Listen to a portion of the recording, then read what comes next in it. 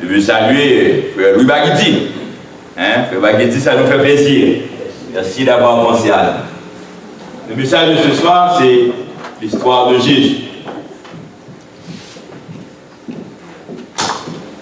Toujours autour du thème Jésus dans l'histoire. Hier, nous avons parlé en grande partie du Jésus historique. Le Jésus historique et l'histoire de Jésus. C'est deux choses différentes. On peut penser que c'est le même sujet, mais ce n'est pas le même sujet. Jusqu'ici, je ne suis pas un homme historique. Je ne sais pas s'il y en a parmi vous qui sont des hommes ou des femmes historiques. Je ne suis pas un homme historique parce que pourquoi quelqu'un devient historique, quelqu'un qui fait l'histoire, c'est quand il y a un grand événement autour de la personne. Il y a un événement qui peut rassembler les gens. S'il y a quelque chose d'extraordinaire qui se fait ici à Bethesda, je veux toujours répéter que je suis là au nom de Bethany, parce que c'est Bethany qui nous invite. Il y a quelque chose d'extraordinaire qui rassemble les gens. Et puis, les journalistes arrivent. Il y a un reportage. On raconte le récit. On écrit article au journal. Et puis, des écrivains commencent à écrire. Et c'est maintenant qu'on fait l'histoire. On rentre dans l'histoire. Il faut qu'il y ait un événement. Il faut qu'il y ait un récit. Il faut qu'on écrit, journalistes, écrivains ou autres. Et là, vous allez rester dans l'histoire. Je ne suis pas dans l'histoire d'Haïti. Parce qu'après 100 ans, est-ce qu'on va parler de moi dans l'histoire d'Haïti? Je ne pense pas. Je ne suis pas aussi dans l'histoire du Canada. Je ne pense pas. Mais s'il y a un événement dans ma vie qui fait qu'on est obligé de se rassembler, de raconter, de donner des nouvelles, d'écrire des articles pour que les historiens là, on argumente et les autres après vont écrire concernant cet événement, c'est en ce moment qu'on fait histoire. Il y a eu des événements en Haïti, on parle de Dessalines, on parle de disque de Grec, il y a eu des événements dans ce pays. Il y a des hommes qui ont fait histoire dans ce pays. On parle d'eux dans la presse, on écrit à leur sujet, etc. En ce moment, on devient homme historique. Mais même lorsque on n'est pas homme historique, on a une histoire. Hello, vous êtes là? Je ne suis pas un homme historique, mais j'ai une histoire. J'ai mon histoire. Jésus est historique. Et ce n'est pas la naissance de Jésus, la croissance de Jésus, l'enfant qui croissait et grandissait, etc., qui fait de Jésus un homme historique. Jésus est devenu historique par sa résurrection. Mais avant la résurrection, Jésus avait une histoire. Et pourquoi c'est la résurrection de Jésus qui l'a rendu historique? Notez bien là, Jésus, à son époque, quand Jésus grandissait, Jésus n'était pas connu dans les grandes métropoles. On ne parlait pas de Jésus. Jésus n'était même pas accepté dans Jérusalem, qui était sa ville. Parce qu'il est juif, la grande ville pour les juifs, c'est Jérusalem. Mais les juifs ne l'avaient pas accepté là. Il était considéré comme un juif assez ordinaire. Jésus a fait des miracles. Ok, mais quand on fait des miracles, ce n'est pas seulement Jésus qui fait des miracles pendant que Jésus était sur terre. Et même aujourd'hui, si quelqu'un fait des miracles, ça ne veut pas dire qu'il est historique. Et quand on arrive, on peut tout dire de quelqu'un qui fait des miracles. Celui qui croit en Dieu, qui sait qu'il est fils de Dieu, qu'il accepte pour Messie, dit que c'est le Messie, le fils de Dieu. Mais celui qui ne croit pas va dire aussi c'est le Belzébul. Et même les gens de sa race disaient qu'il est de Belzébul. Mais est-ce que les historiens vont dire? D'ailleurs, les historiens n'ont pas le droit de croire. Les historiens ont le droit de rapporter ce qui est arrivé. Les historiens, le journaliste va arriver et dire, ah bon, moi, objectivement, je constate qu'il y a quelque chose d'exceptionnel que je n'ai pas d'explication. Il y a des hommes qui sont orgueilleux, qui refusent d'admettre qu'il y a des choses qui n'ont pas d'explication. Il y a des choses qui se font, on n'a pas d'explication. Mais cependant, celui qui est historien ne va pas dire que c'est un miracle qui vient de dos du diable. Ce n'est pas ce moi. C'est celui qui croit. Moi, je crois que ça vient de Dieu. Et tout comme d'autres peuvent croire en autre chose. Il y a des gens qui croient dans le mystique, dans Satan, dans les mauvais esprits. Mais ils vont vous dire que ce sont les mauvais esprits qui font, etc. Mais quand Jésus est ressuscité, et bien pas seulement Jérusalem, toute la Palestine a été bouleversée. Et les disciples qui étaient des ignorants, là, les disciples de Jésus, ce n'étaient pas de grands intellectuels. C'était des pêcheurs de poissons, des gens ordinaires. Et après, Luc est venu, mais Luc n'était pas disciple, Luc est médecin, etc.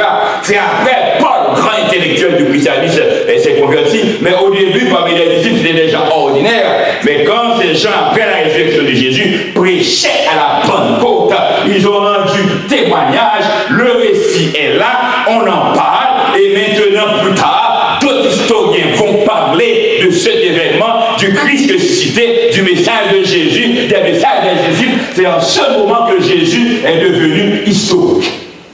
Mais le Jésus de la Palestine, là, il n'était pas le Jésus historique. Christ dans l'histoire, c'est le thème de notre série de conférences.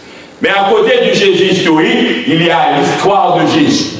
L'histoire de Jésus, c'est-à-dire Jésus est né, il a grandi, il a fait des choses, il a une vie jusqu'à mourir et ressusciter pour devenir le Jésus historique. L'histoire de Jésus. Agitateur pour les Juifs. Oh, ce soir, je n'ai pas la chose là, hein? Il y a quelque chose. Ok, vous pouvez aller avec moi, on va régler ça. Agitateur pour les Juifs, prophète pour les musulmans, fils de Dieu pour le chrétien. Ceux qui étaient là hier comprennent bien ces mots d'introduction. Les Juifs ont considéré Jésus comme un agitateur. Ils n'ont pas accepté Jésus. Certainement Jésus était juif, mais il n'était pas juif à leur goût. Ce n'est pas ce juif qu'ils voulaient. Et pour les musulmans, Jésus est prophète. Hier, je crois avoir commis une petite erreur. Jésus n'est pas prophète après Mahomet. D'après les musulmans, je ne sais pas d'après les musulmans, mais Jésus est prophète avant Mahomet, parce que pour les musulmans, le dernier prophète, c'est Mahomet. Pour les juifs agitateurs, pour les musulmans prophètes, mais pour les chrétiens, Jésus de Nazareth est fils de Dieu. Amen. Il est fils de Dieu, il est mort, il est ressuscité. Et n'oublie pas ce qui est fondamental dans le christianisme, si quelqu'un ne le croit pas, il n'est pas chrétien. Jésus est 100% homme et 100% Dieu. C'est l'homme Dieu.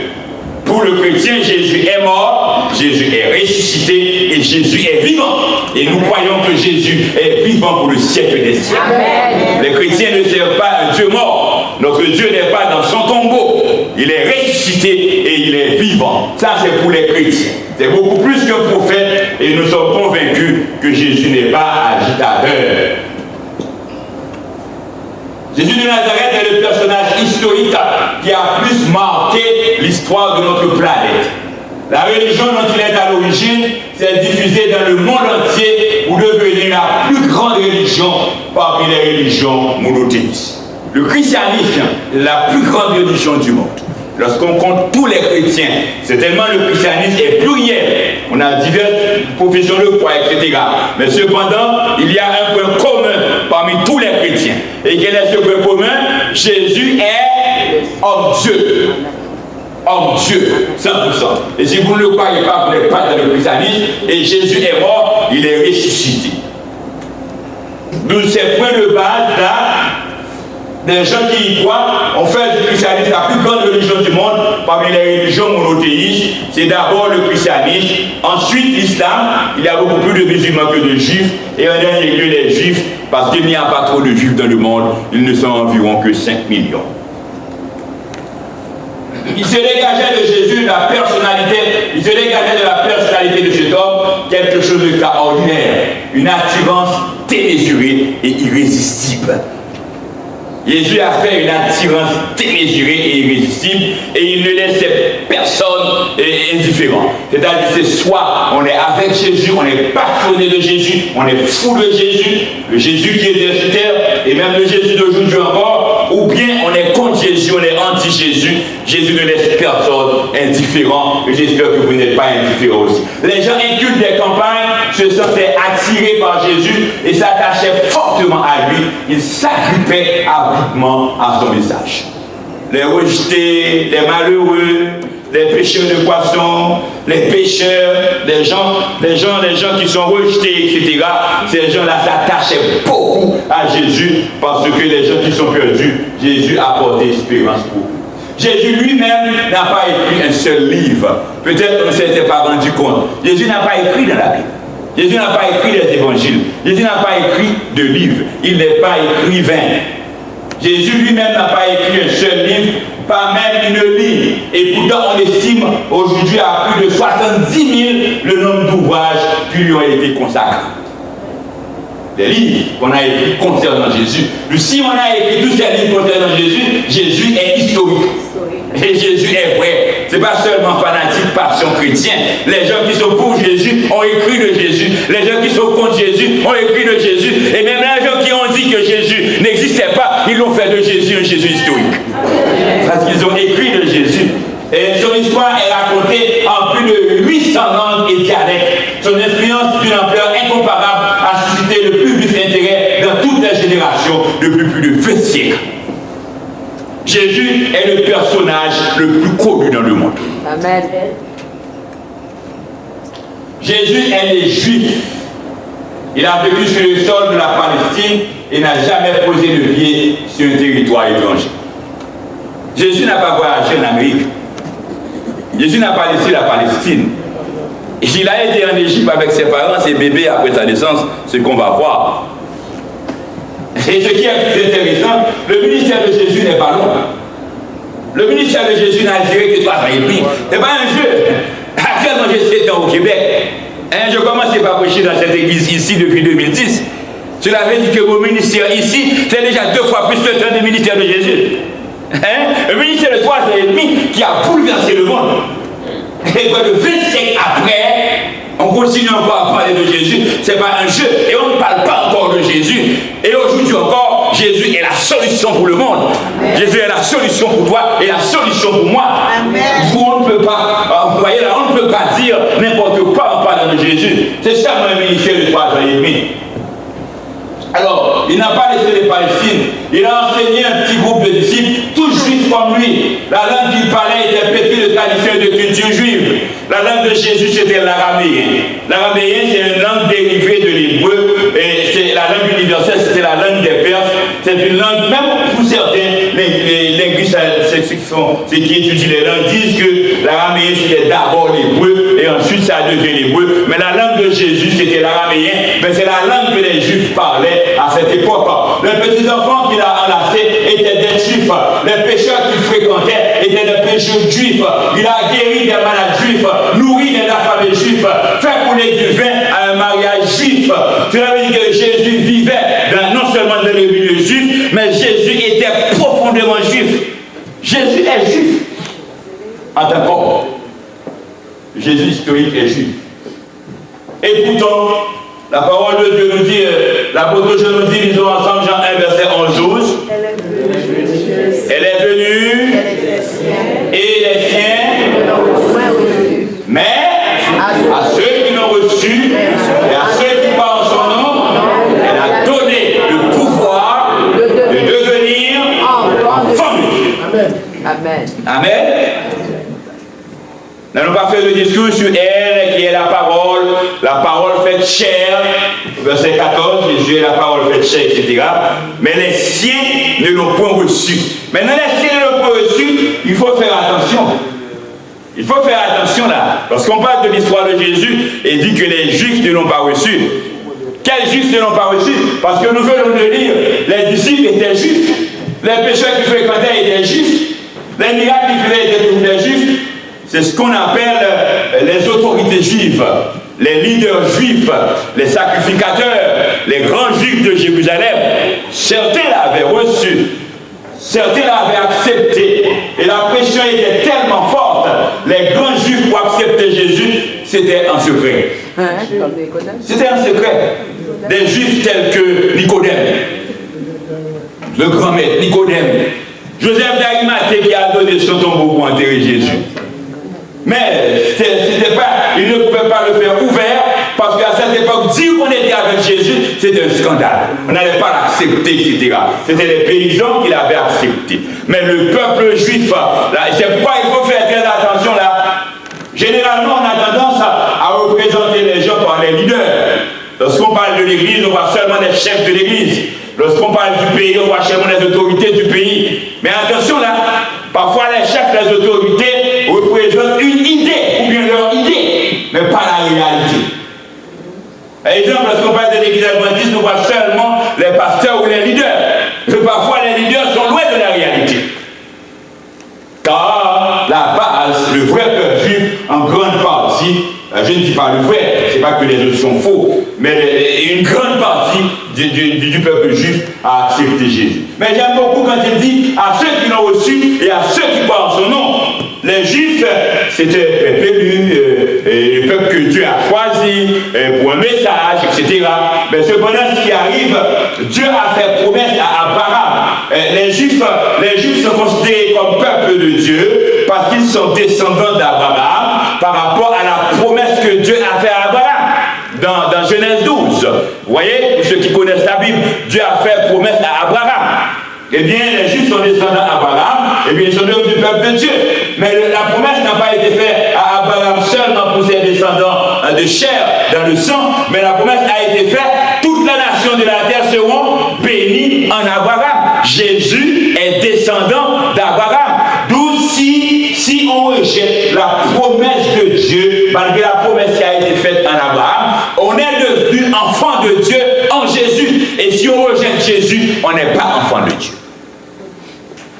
Ça peut paraître dur, mais ce n'est pas moi qui le dis. À ceux qui l'ont reçu et à ceux qui croient en son nom. Est-ce que vous êtes enfant de Dieu? Amen. Amen. Amen. Qu'est-ce qui fait de vous enfant de Dieu? Jésus. Hello? Est-ce que vous êtes enfant de Dieu? Amen. Qu'est-ce qui fait de vous enfant de Dieu? Jésus-Christ. On n'est pas enfant de Dieu parce qu'on est juif. On n'est pas enfant de Dieu parce qu'on est grec. On n'est pas enfant de Dieu parce qu'on est haïtien. On n'est pas enfant de Dieu parce qu'on est canadien. On n'est pas enfant de Dieu parce qu'on est américain. On est enfant de Dieu parce qu'on a Jésus. Amen. Vous êtes d'accord? On n'est pas enfant de Dieu parce qu'on est adventiste. On n'est pas enfant de Dieu parce qu'on est baptiste. On n'est pas enfant de Dieu parce qu'on est catholique. On n'est pas enfant de Dieu parce qu'on est pentecôtiste. Mais on est enfant de Dieu parce qu'on a Jésus. Jésus. Vous êtes d'accord? Amen. À ceux qui l'ont reçu et à ceux qui croient en son nom. Notez bien, à ceux qui l'ont reçu. Et je demande à tout le monde, je conseille, je suggère, c'est ma proposition à tout le monde, que vous soyez invités aux membres d'église de recevoir Jésus dans votre vie. Amen. De recevoir Jésus dans votre maison. De recevoir Jésus en vous, parce que c'est à ceux qui l'ont reçu et à ceux qui croient en son nom, elle a donné le pouvoir. On n'est pas devenu ici enfant de Dieu. Dans le cercle que nous évoluons, pour devenir enfant de Dieu, nous devons recevoir de Dieu un pouvoir, une puissance. C'est une puissance qui va nous transformer, et bien ce pouvoir va faire de nous enfants de Dieu. Que Dieu nous fasse grâce ce soir d'être tous en Jésus des enfants de Dieu. Amen. Et si les Juifs ne le reçoivent pas là, selon ce verset, ils ne sont pas enfants de Dieu. Parce que ceux qui sont enfants de Dieu, c'est ceux qui l'ont reçu et qui croient en son nom. La naissance de Jésus. Là, vous aurez des informations un peu, je suppose, intéressantes. Suivez et peut-être prenez note si c'est nécessaire pour vous. La naissance de Jésus n'est pas mentionnée dans les évangiles. La date de la naissance de Jésus. La date de la naissance, c'est la date exacte. La date exacte de la naissance de Jésus n'est pas mentionnée dans les évangiles. Et comme ce sont des évangiles qui parlent beaucoup plus de l'histoire de Jésus, d'où la date de la naissance de Jésus n'est pas dans la Bible. Mais les historiens la fixent approximativement en l'an 4 avant notre ère. C'est pas la Bible qui donne la date de naissance de Jésus. Ce sont les historiens d'où Jésus est historique. Et Jésus a une histoire. Les historiens l'ont fixé approximativement en l'an 4 avant notre ère, et nous allons voir pourquoi les historiens l'ont fixé en l'an -4. Au 4e siècle, pas au 4e, au 6e siècle, Denis le Petit, un moine historien, un moine, un prêtre catholique qui est aussi historien, cherche à savoir quand exactement le temps des chrétiens a commencé. Pour lui, le début de l'heure chrétienne, c'est l'année où Jésus est. Et pour Denis le Petit fait ses calculs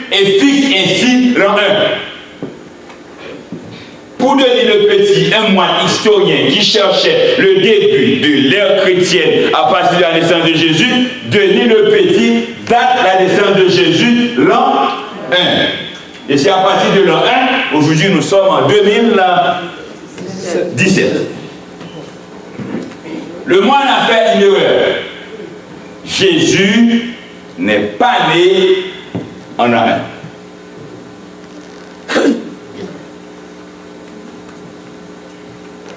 Matthieu 2, verset 1 à 3. Lisons ensemble. Matthieu 2, verset 1 à 3.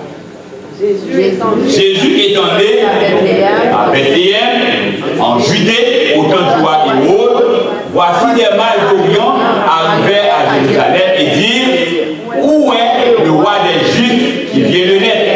Car nous avons vu son étoile en Orient et nous sommes venus pour l'adorer. Le roi Hérode ayant appris cela fut troublé et tout Jérusalem avec lui. On a ici le lieu de naissance de Jésus. Jésus est né où? À Bethléem, en Judée. Mais quand? Je ne sais pas. Au temps du roi Hérode. On n'a pas la date de sa naissance. Dans le temps en Haïti, les âgés là, les vieux dans l'arrière-pays, mon nom, mon Dieu, pas tellement qu'on a fait date de naissance, non? Vous allez trouver votre arrière-grand-mère en Haïti, il ne va pas vous dire qu'il est né sous le président Nord. Oui, c'est vrai. Hein? Oui. Ah, sous ton Nord, ok, bravo. Mais les anciens là, ils n'ont pas tous ces détails là. Ils sont nés tel président. Et maintenant, on va chercher le président était président à telle période. Et bien cela veut dire qu'il a à peu près. C'est exactement ça. Jésus est né au temps du roi Hérode. Et pour vous faire comprendre bien, le roi Hérode, c'est Hérode le Grand. Et Hérode le Grand est mort en -4 avant notre ère. Vous êtes là? Et puisque Jésus est né au temps du roi Hérode, et Hérode est né en -4, Jésus ne peut pas être né après -4. D'accord? D'où c'est historique. La date de naissance de Jésus, on ne l'a pas.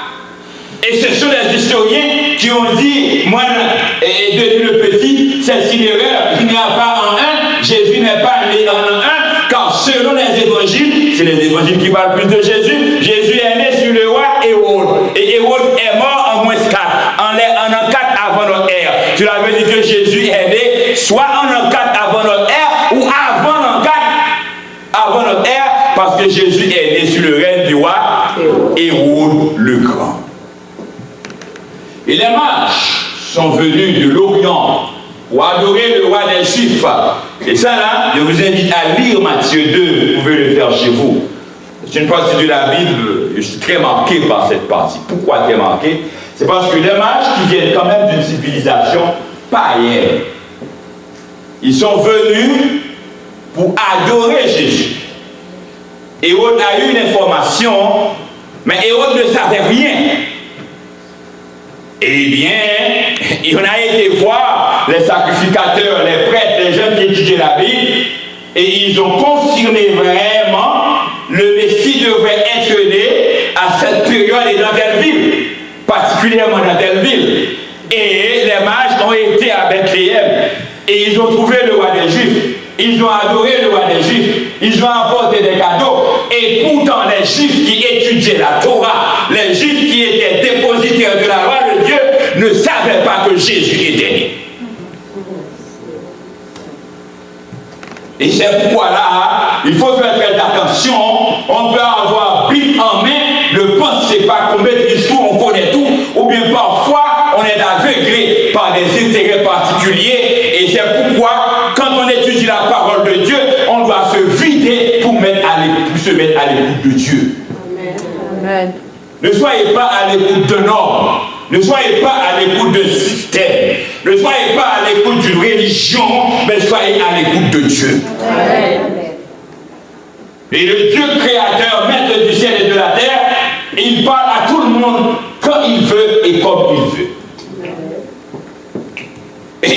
mages étaient suffisamment sages, Hérode leur avait dit, tandis qu'ils vont voir le roi des Juifs qui vient de naître, au retour, ils doivent passer auprès d'Hérode et donner à Hérode des explications.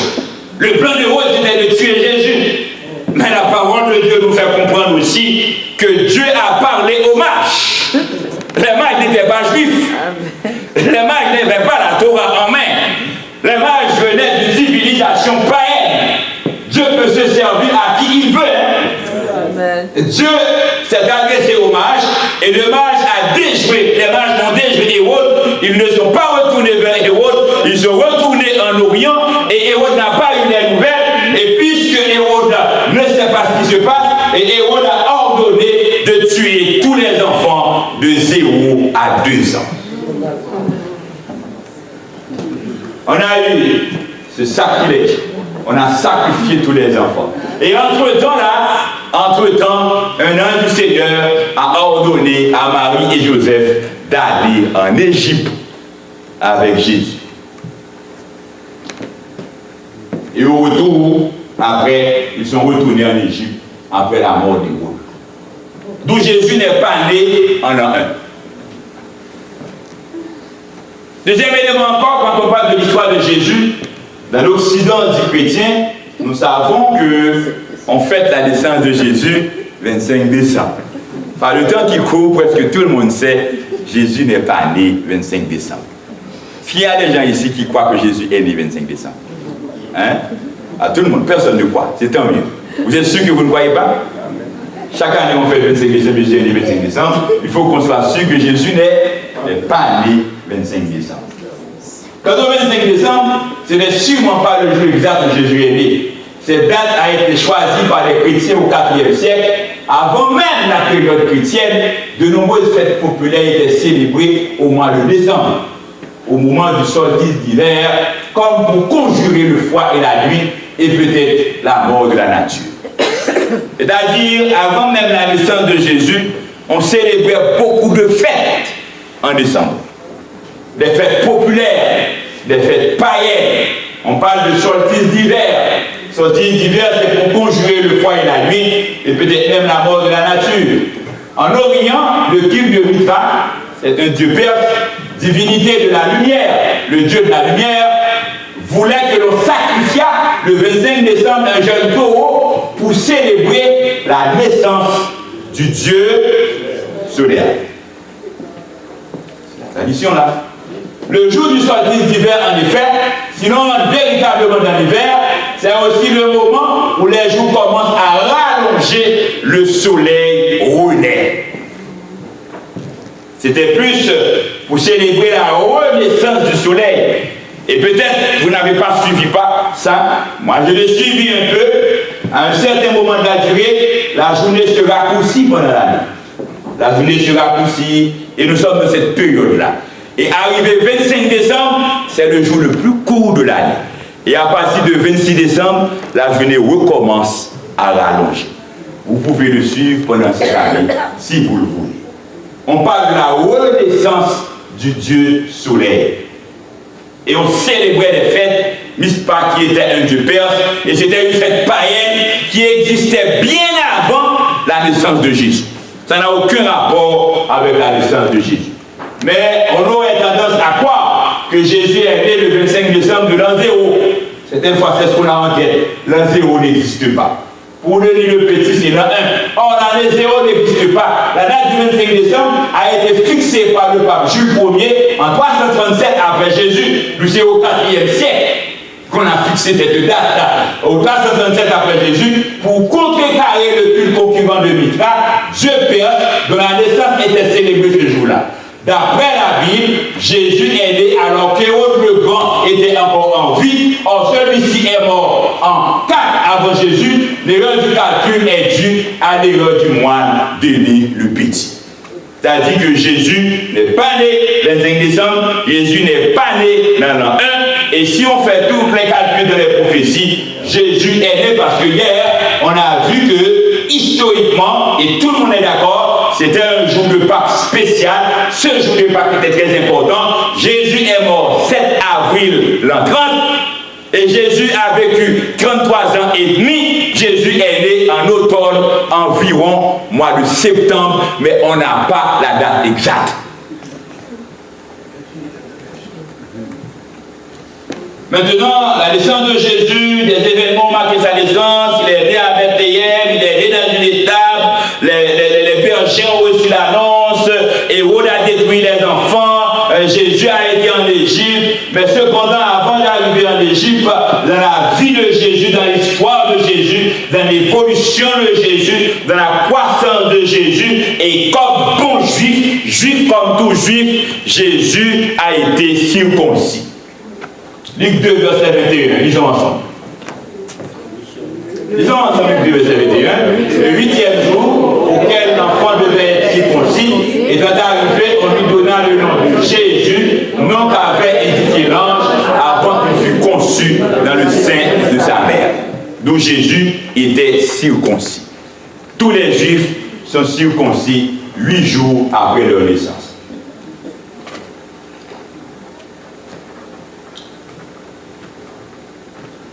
Genèse 17, verset 10-12. Lisons ensemble.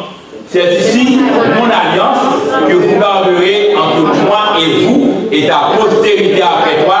Tout mâle parmi vous sera circoncis. Et verset 12. À l'âge de 8 jours, tout mâle parmi vous sera circoncis. Donc c'est ici mon alliance que vous garderez. Dieu s'adresse à Abraham. C'est l'alliance de Dieu avec Abraham, alliance avec le peuple juif. Lorsqu'on est circoncis, on est dans l'alliance. Et Jésus, âgé de 8 jours, a été circoncis, comme tout juif. Jésus a 12 ans dans le temple. Luc 2, verset 41 et 42. Ils ont ensemble, les parents de Jésus allaient chaque année à Jérusalem à la fête de Pâques. Lorsqu'il fut âgé de 12 ans, ils y montèrent selon la coutume de la fête. Les parents montèrent chaque année à Jérusalem à l'occasion de la fête de Pâques. À l'avenir, nous allons expliquer beaucoup plus en détail la fête de Pâques, c'est quoi. Mais tout juif doit célébrer la Pâques. Et à 12 ans, c'est à l'âge de la majorité juive. C'est à cet âge qu'on vous accepte dans le temple. C'est un âge où vous passez, c'est pas qu'on n'est plus enfant, mais on appelle rite de passage. Cela veut dire qu'on vous accepte là comme un jeune garçon juif. Vous avez le droit d'entrer dans le temple et prendre cette responsabilité. Alors les parents de Jésus sont allés à Jérusalem avec lui à l'âge de 12 ans. Et ils y montaient selon la coutume. À 12 ans, Jésus commence sa majorité juive et inaugure en même temps sa mission divine au temple de Jérusalem. Il a atteint sa majorité, il est capable d'aller dans le temple, mais il n'est pas allé seulement dans le temple, par habitude, par routine, par coutume, par culture juive. Certainement, c'est normal. Dieu l'avait même ordonné. Mais cependant, il commence à manifester, il a inauguré sa mission divine. Il manifeste à ses parents et à son entourage que sa relation à Dieu son Père est prioritaire par rapport à celle de sa famille. Oh, de la foule là dans la mêlée, Marie et Joseph sont partis et ils ont laissé Jésus dans le temple. Sans s'en rendre compte. Et pourtant, ils pensaient qu'il était avec Jésus ou bien Jésus était avec quelqu'un dans la foule. Et ça arrive souvent, il y a des gens qui pensent qu'ils sont avec Jésus, mais ils ne sont pas avec Jésus. Et rassurez-vous que vous êtes avec Jésus. Parce que vous m'avez déjà dit, vous acceptez que Jésus est votre maître. Maintenant, au retour, Marie et Joseph étaient heureux de retrouver Jésus après 3 jours. Ils ont passé 3 jours à chercher pour retrouver Jésus dans le temple. Ils ont marché pendant 3 jours. Quelque part, il y avait une certaine négligence de la part de Marie et de Joseph. Ils ont retourné dans le temple et cherché pendant 3 jours pour retrouver Jésus parce qu'ils ne pensaient pas que Jésus était dans le temple. Pour eux, Jésus était avec eux, était avec quelqu'un d'autre, était avec un parent. Ça peut arriver. Ne lapidez pas Marie, ça pourrait m'arriver aussi. On pense que Jésus, on pense que l'enfant est avec mon frère, il est avec ma cousine. Et quand on demande, tu n'as pas vu un tel pour moi? Non, on n'a pas vu. Tu n'as pas vu un tel? Et en ce moment-là, qu'est-ce que vous et moi nous aurions dit? Mais cet enfant-là, c'est un petit monde des hommes. Hein? C'est ce qu'on aurait dit. Parce que l'enfant est parti avec nous et pourtant il a dit qu'il reste là, etc. On cherche. Mais Jésus s'occupait des affaires de son Père. Les affaires de son Père avaient la priorité pour lui.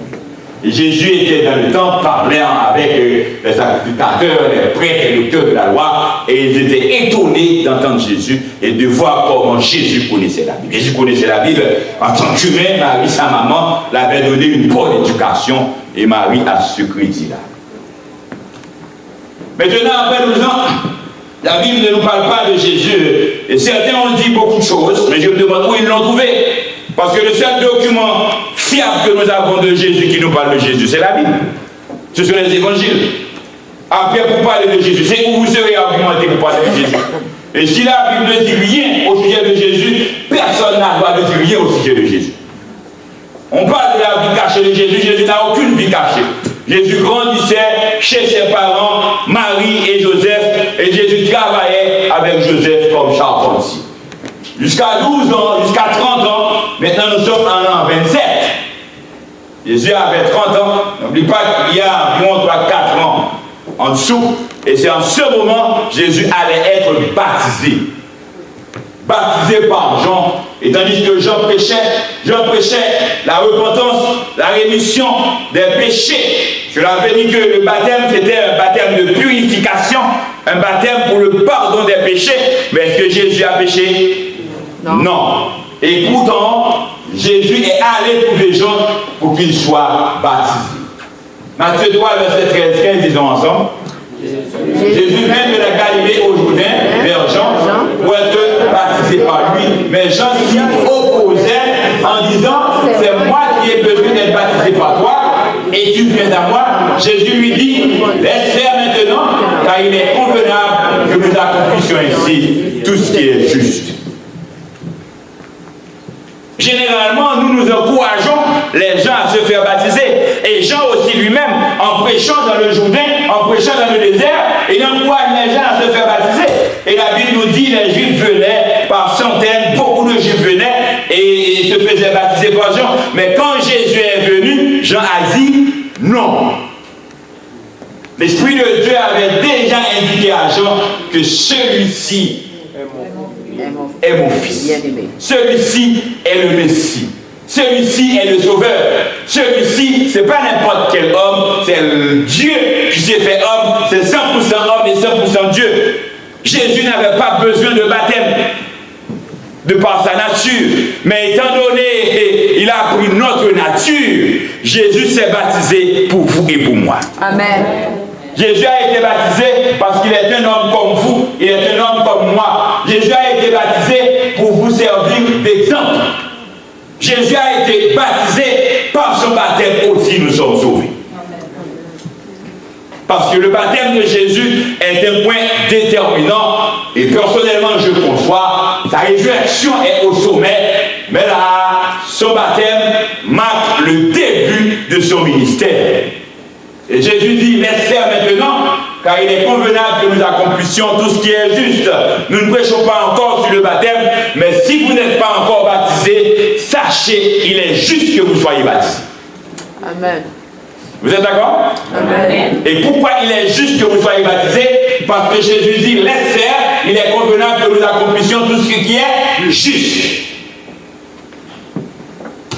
Si Jésus, à l'âge de 30 ans, qui n'a pas péché, pour toi se faisait baptiser, toi, pour que tu sois sauvé, tu dois te faire baptiser. Amen. D'accord? Mais ce n'était pas nécessaire pour Jésus. Jésus n'a pas besoin de baptême de Jean-Baptiste qui était signe de repentir.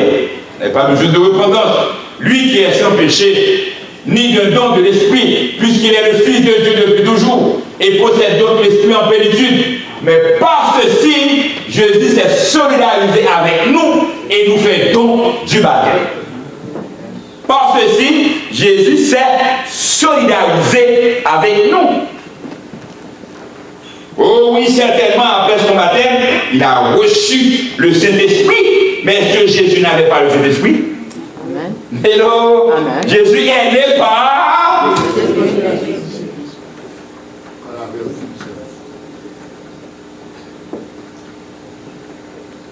Il n'avait pas besoin de ce baptême, mais il s'est solidarisé avec nous. Il s'approche de nous. Il s'identifie à nous. Il le fait pour que nous soyons sauvés. Matthieu 3, verset 16, 17, disons ensemble. Dès que Jésus eut été baptisé, il sortit de l'eau. Et voici les cieux s'ouvrirent, et il vit l'Esprit de Dieu descendre comme une colombe et venir sur lui. Verset 17. Et voici une voix qui entend des cieux ces paroles. Celui-ci est mon fils bien-aimé, en qui j'ai mis toute mon affection. J'aime beaucoup quand il est dit les cieux s'ouvrirent. S'il y en a parmi nous, s'il y a quelqu'un ce soir qui veut que les cieux s'ouvrent pour lui, hein? Que le ciel l'a ouvert pour vous. Amen. Amen. Et lorsque les cieux s'ouvrent, Dieu déverse des bénédictions. Amen. Et quand Jésus a été baptisé, les cieux s'ouvrirent. Et Dieu a parlé dans le ciel pour dire celui-ci est mon fils bien-aimé.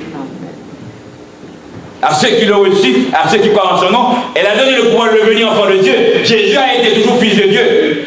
Mais vous et moi, nous n'avons pas été toujours fils de Dieu. Mais un jour, Dieu dira pour nous, tu es mon fils. Amen. D'ailleurs, on me dit, celui qui n'a pas l'Esprit de Dieu n'est pas fils de Dieu. Et on reçoit l'Esprit de Dieu comme Jésus quand on est baptisé. Et c'est un tournant décisif. Jean baptisait avant pour le pardon du péché. Mais les gens qui étaient baptisés ne recevaient pas le Saint-Esprit. Mais à partir de Jésus, c'est un autre tournant. Et là, en recevant le Saint-Esprit, Jésus passe à une autre dimension et nous allons passer de Jésus au Christ. Parce que très souvent nous disons Jésus-Christ, mais nous ne savons pas trop pourquoi que nous disons Jésus-Christ. Est-ce que Jésus est le nom, est le prénom, Christ est le nom? Non, c'est pas ça. Pourquoi on dit Jésus-Christ? Jésus n'a pas été toujours Jésus-Christ. À sa naissance, il a été Jésus. Le nom que l'ange a donné, est-ce que l'ange avait dit Jésus-Christ? Non. Matthieu 9, verset 21, on appelle l'enfant Jésus. Verset 23, on appelle encore Emmanuel. Il n'y a pas Christ. Jésus est devenu Jésus-Christ.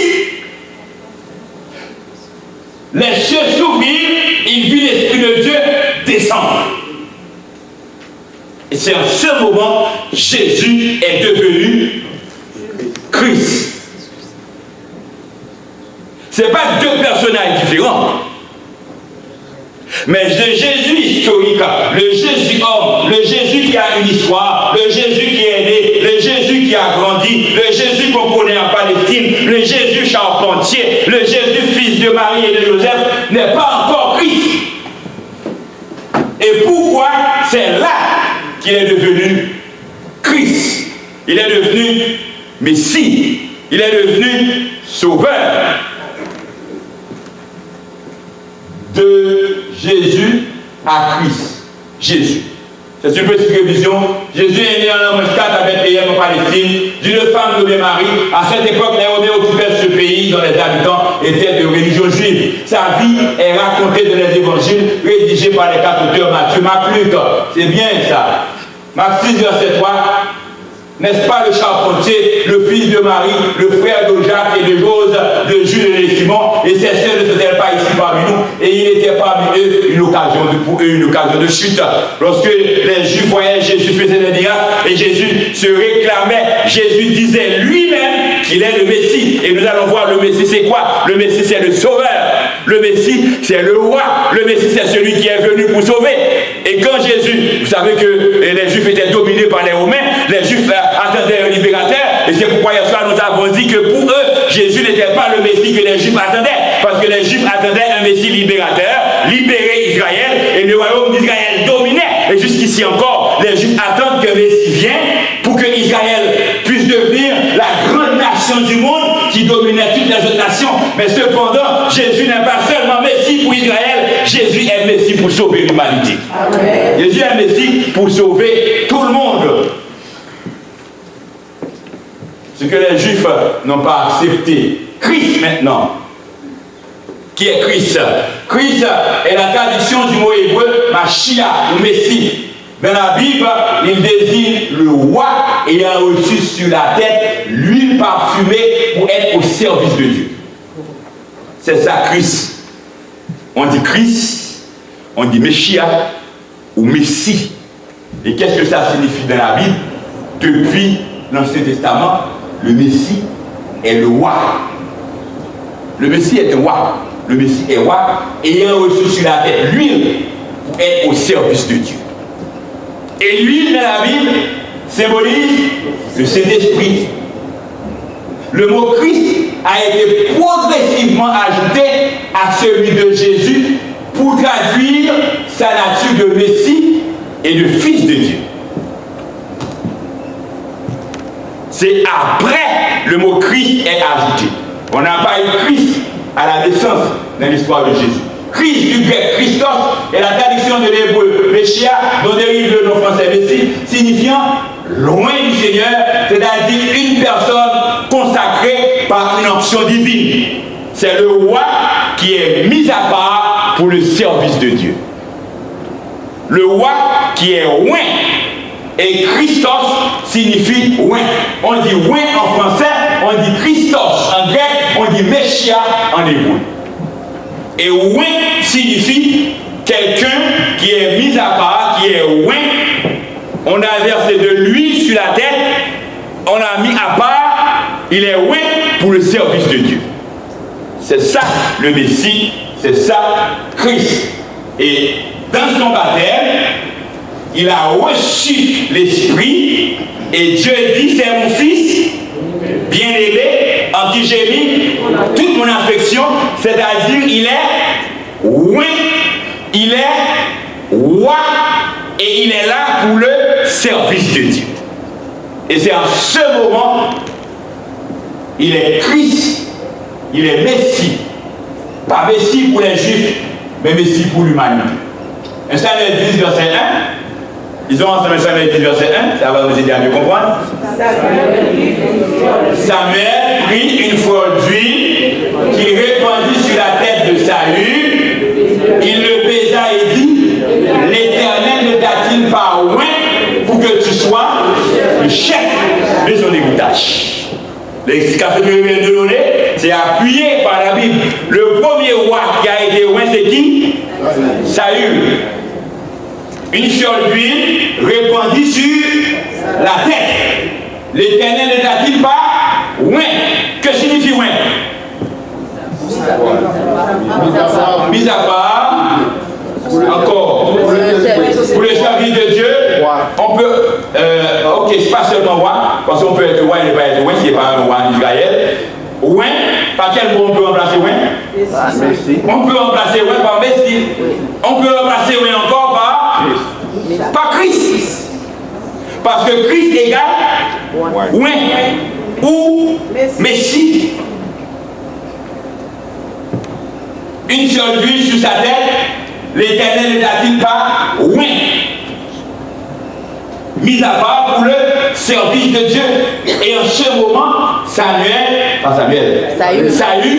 est roi. Et puisque Saül, une fiole d'huile a été répandue sur sa tête par le prophète, Saül est devenu roi et Messie. Ou Messie. Parce que celui qui est roi est Messie ou roi. Jésus est le Christ. Maintenant, Jésus est le Christ. Le Christ, c'est un titre. Jésus, c'est un homme qui a vécu dans l'histoire. Et la foi consiste à attribuer à un personnage de l'histoire un certain nombre d'événements et tout un ensemble de titres. Jésus est Seigneur, Jésus est Christ, Jésus est Fils de Dieu. Ces titres sont des conclusions interprétatives de la foi qui disent le sens de l'événement de Jésus. C'est-à-dire, à partir des événements qui arrivent dans la vie de Jésus, à partir de ces miracles, après son baptême, son ministère a commencé et on va identifier, on va voir en Jésus qu'il est le Christ, qu'il est le Messie. Certains vont dire non, il n'est pas le Christ, d'autres vont dire oui, il est le Christ. Certains juifs ont identifié en lui le Messie, le Christ de par ses œuvres. Et puisqu'à travers ses œuvres, il a reçu le Saint-Esprit, on a vu en lui quelqu'un qui est au service de Dieu, quelqu'un qui est loin. Maintenant on dit, lui il est le Christ. La femme samaritaine dit, vous êtes le Christ, vous êtes le Messie. Les juifs qui ont cru ont dit, vous êtes le Messie. Mais d'autres ont refusé de l'accepter comme Messie aussi. Mais en fait, vous et moi, nous savons que Jésus est le Messie. Il est le Messie parce qu'il a été loin, il est le Messie de parce qu'il a fait. La dernière ligne droite, nous allons terminer. Jésus a déclaré lui-même qu'il est Messie. Il a déclaré qu'il est loin, qu'il est Messie. Après son baptême, il a été dans le temple. Un sabbat pour adorer. Il lui a remis le rouleau pour la lecture. Et il a été lu dans le livre du prophète Ésaïe, c'est Ésaïe qui qu'il a lu. Mais dans Luc 4, verset 18, qu'est-ce qu'il dit? L'Esprit du Seigneur est sur moi parce qu'il m'a oint pour annoncer une bonne nouvelle aux pauvres. Il m'a envoyé pour guérir ceux qui ont le cœur brisé, pour proclamer aux captifs la délivrance et aux aveugles le recouvrement de la vue, pour envoyer libres les opprimés.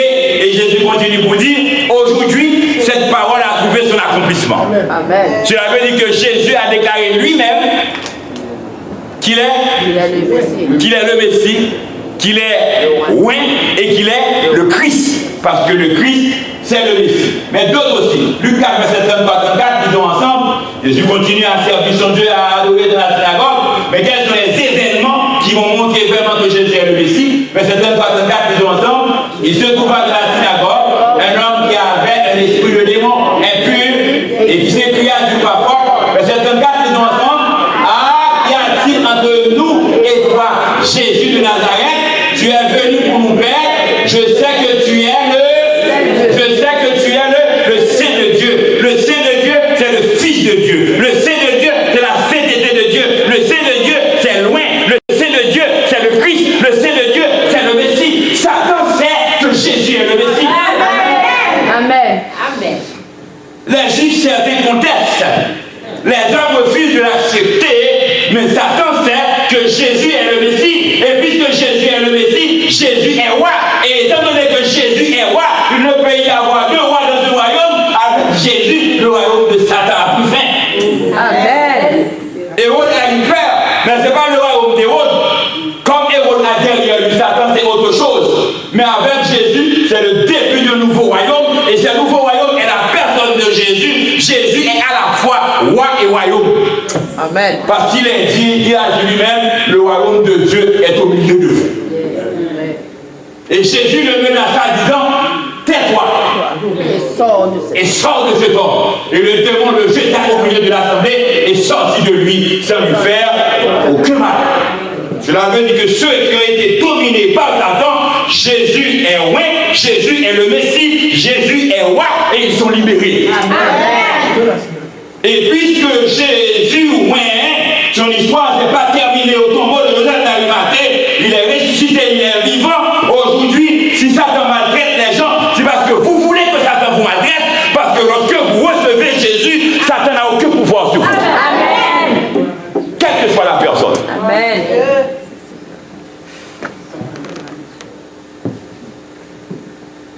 Luc 4, verset 38-39. Seulement dans Luc 4, après sa prédication, après son baptême, Satan a déclaré qu'il est loin. Luc 4, verset 38-39, lisons ensemble. En sortant de la synagogue, il se rendit à la maison de Simon, la belle-mère de Simon, avec une violente fièvre, et le priant en sa faveur, verset 39, étant penché sur elle, il menaça la fièvre, et la fièvre la quitta. À l'instant, elle se leva et descendit. Amen. Amen. Oh, il y a des gens qui pensent, si ce sont des esprits de démons, on peut être guéri. Mais si c'est une infection, si c'est un cancer, si c'est quelque chose d'autre, on ne peut pas être guéri. Non, c'est parce que la Bible dit. Le Jésus vivant et tout-puissant. Pour la gloire de Dieu. Amen. Pour la proclamation de l'évangile. Pour que les gens et les autres sachent que Jésus est roi dans les cieux et sur la terre. Il s'appuya sur la belle-mère de Pierre. Il menaça la fièvre et à l'instant même elle était guérie. Amen.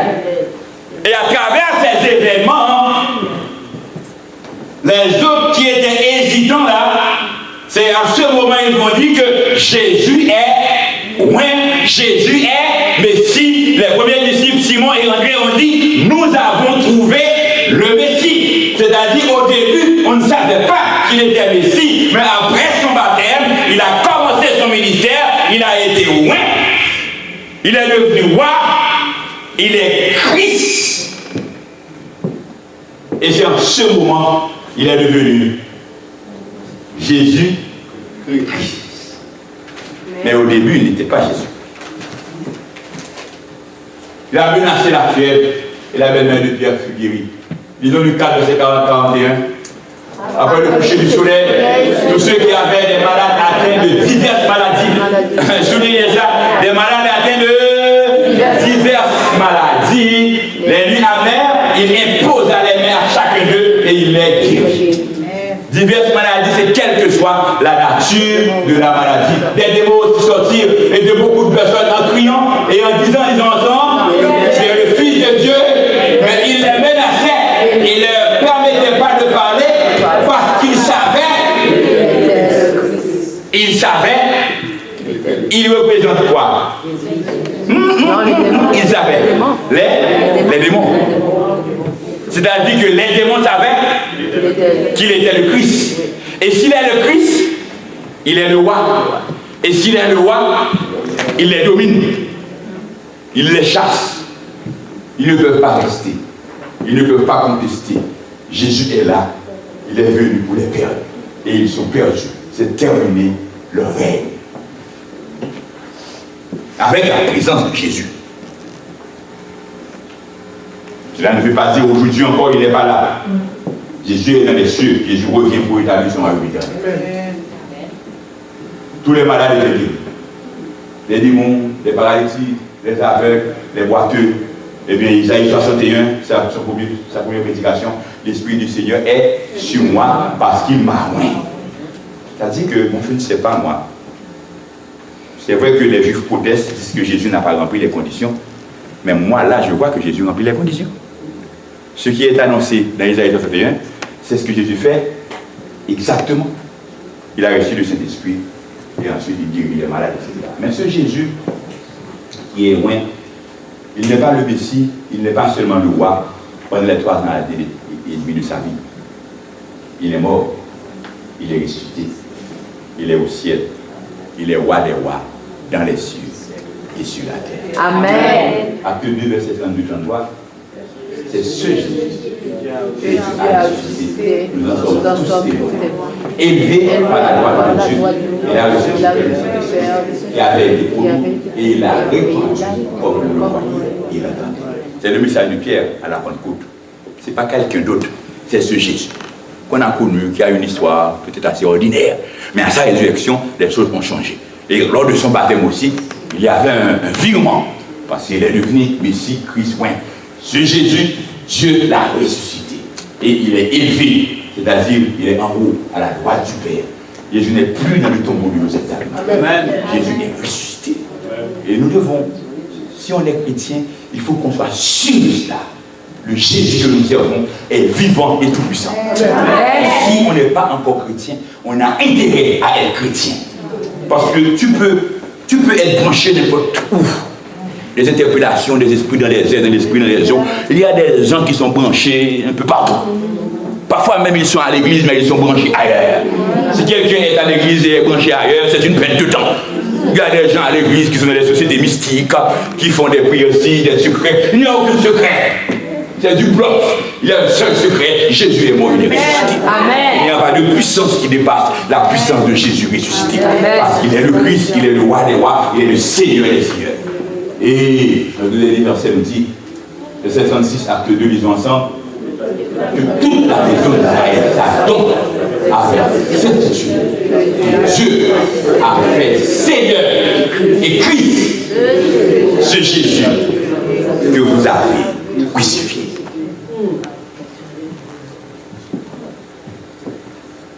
Jésus est Christ. C'est-à-dire qu'il est Messie. C'est-à-dire qu'il est roi. Il est fils de Dieu. Il est saint de Dieu. Il est sauveur. Et que toute la maison d'Israël le sache. Que tout Béthanie le sache. Que tout Bethesda le sache. Amen. Que tout Canada le sache. Amen. Que toute la terre le sache. Amen. Dieu a fait Jésus Seigneur et Christ. Et Christ est roi des rois, Seigneur des seigneurs. Amen. On ne peut pas enfermer Christ dans l'histoire. Christ est plus grand que l'histoire. Amen. Pour l'histoire, son histoire s'est terminée à sa mort. Mais après sa mort, c'est en ce moment que son histoire continue. Parce qu'il est ressuscité. Amen. Et il est vivant. Est-ce que vous croyez que Christ est ressuscité? Amen. Amen. Amen. Christ est roi. Est-ce qu'il est roi dans votre vie? Amen. Il est roi sur le trône dans le ciel. Il est roi. Satan a proclamé qu'il est Christ, qu'il est fils de Dieu, qu'il est saint de Dieu. Il est mort, il est ressuscité. Mais est-ce que Christ est roi dans ta vie?